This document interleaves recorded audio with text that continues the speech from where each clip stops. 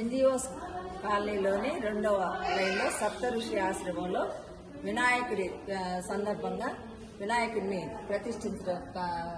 పెట్టడం జరిగింది. ఇక్కడ ప్రతిరోజు భక్తులందరూ కూడా వచ్చి మరి వినాయకుడిని పూజిస్తూ ఉంటారు. సాయంకాలం పిల్లలకి అందరికి కూడా ఆటల పోటీలు పెట్టి అందరిని ఎంతో ఆహ్లాదకరంగా చేస్తూ ఉన్నారు. తర్వాత ఇక్కడ ఆధ్యాత్మికంగా చాలా ప్రసిద్ధి చెందింది. ఇక్కడ సప్త ఋషులు ఉన్నారు. ఈ ఆశ్రమంలో ఎవరు ఏ కార్యక్రమం చేసుకోవాలన్నా కూడా ఆశ్రమం నిర్వహించే వాళ్ళు అనుమతినిస్తూ ఉంటారు. ముందుగా వారికి కృతజ్ఞతలు తెలియజేస్తున్నాను.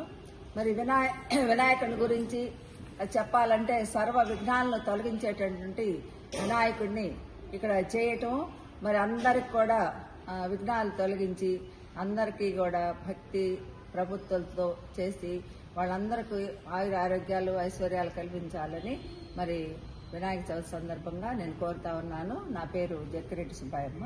ఇక్కడ ఎన్జిఓస్ కాలనీ 4వ లైన్లో ఉంటాను. ఈ సప్త ఋషి ఆశ్రమానికి ఎప్పుడు వస్తూనే ఉంటాం. 10 సంవత్సరాల నుంచి వస్తున్నాము.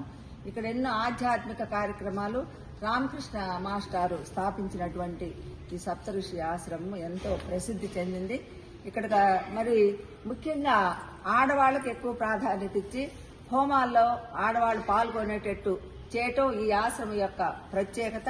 మరి ఎక్కడా కూడా మరి మగవాళ్లే అర్చకులుగా ఉంటారు. ఇక్కడ ఆడవాళ్ళందరికీ కూడా స్వేచ్ఛగా అందరూ పూజించుకునే విధంగా హోమాలు చేసుకునే విధంగా ఇక్కడ ఆశ్రమం నిర్వహించడం జరిగింది. ఇక్కడికి వచ్చి చూసిన భక్తులు మళ్ళీ రెండోసారి రాకుండా ఉండరు. ఇక్కడ ఎన్నో మరి హోమాలు నిర్వహించడం అనేది ప్రత్యేకత.